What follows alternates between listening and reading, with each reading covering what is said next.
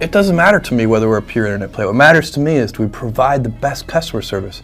Internet, schminternet. Given the decades of wisdom that has built up in the business world, investors, it sounds like you're saying, are making a big speculative bet if they're investing in your company's stock. Well, I think all internet companies, the stocks are incredibly volatile, and But even long term. Long term, I believe that it's very easy to predict that there are going to be lots of successful companies born of the internet. They're going to have very large market caps and so on. I also believe that today, where we sit, it's very hard to predict who those companies are going to be. So you can make bets on these things, and I think that Amazon.com, if we're not one of those important, lasting companies born of the internet, we will have nobody to blame but ourselves, and that we will be extremely disappointed in ourselves. But there are no guarantees. It's very, very hard to predict. If you go back and look at the companies created by the PC revolution, in 1980, you probably wouldn't have predicted the 5 winners, the 5 biggest winners. There have been lots of winners, actually.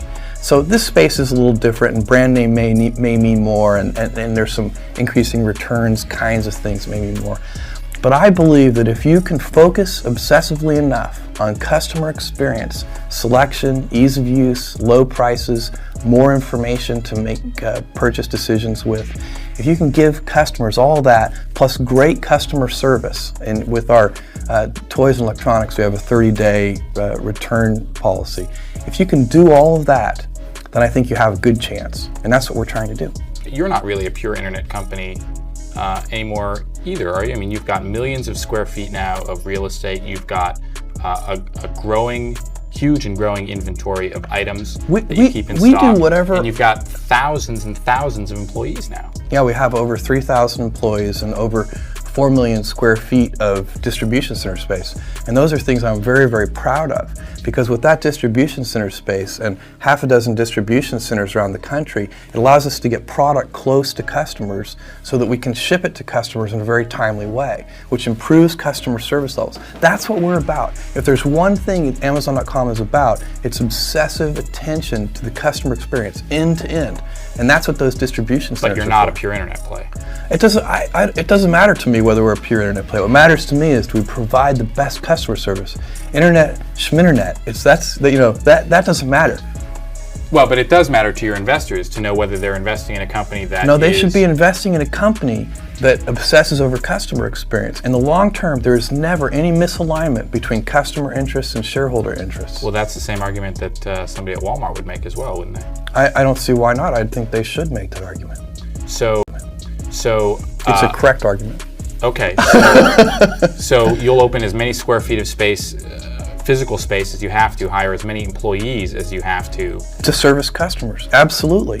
And we'll do it as rapidly as we can. That's a very cost-intense proposition. Not compared to opening an equivalent network of retail stores. So if you open a bunch of chain stores, look, when we open a distribution center, we're opening places that may have where we may pay 30 cents a square foot for a lease, instead of paying $7 a square foot, which you might pay in a high traffic retail area.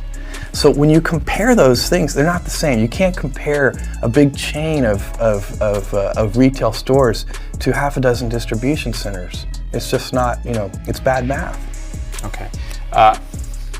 Either way, whichever side of the argument you believe, you're making what seems to me to be... There's only one side, which is obsess over customers. But it seems to me that both with the speed of your growth in terms of the number of stores online that you're opening, the different businesses you're getting into, the number of distribution centers you're opening and new employees you're hiring, that you are making an intense gamble here, which is twofold. One, that you can run this number of businesses, different businesses, well, and two, that you can make money by selling vast volumes of product at essentially razor-thin profit margins.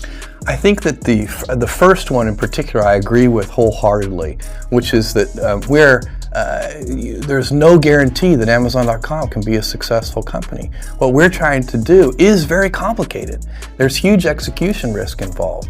We have a terribly complicated business. We're growing, historically very rapidly.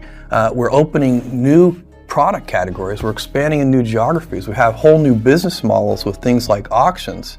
And we think this is the less risky of the two approaches because scale is important in this business, and you need scale also to offer the lowest prices and the best customer service to people. So scale is important to us, and we're going to go after that kind of scale. But it does mean that the executional challenges are huge. And so you'll find a bunch of people back in Seattle and around the world working very hard to make sure we service customers at the level that they're used to, and then even improving that. Isn't it, to some extent, a certain amount of, with all due respect, corporate arrogance to assume that you can come into these businesses, which you have no experience in, and virtually overnight enter a huge variety of different businesses and become the best in those businesses and the market leader in those businesses and execute those well, when there are other companies that have been running these types of businesses for decades, if not more? I don't think so. So when we first started selling books 4 years ago, everybody said, look, you're just computer guys, you don't know anything about selling books. And that was true, but we really cared about customers, and now we know a lot about books. And when we first started selling music, people said the same thing. But we hired the right people. So we don't do this in a vacuum. We go out and hire the best industry experts in each of these categories. That's the same with toys and electronics. So, we take this very seriously. We take the commitment to the customer very seriously. And we're not about to release something or announce something before it's ready.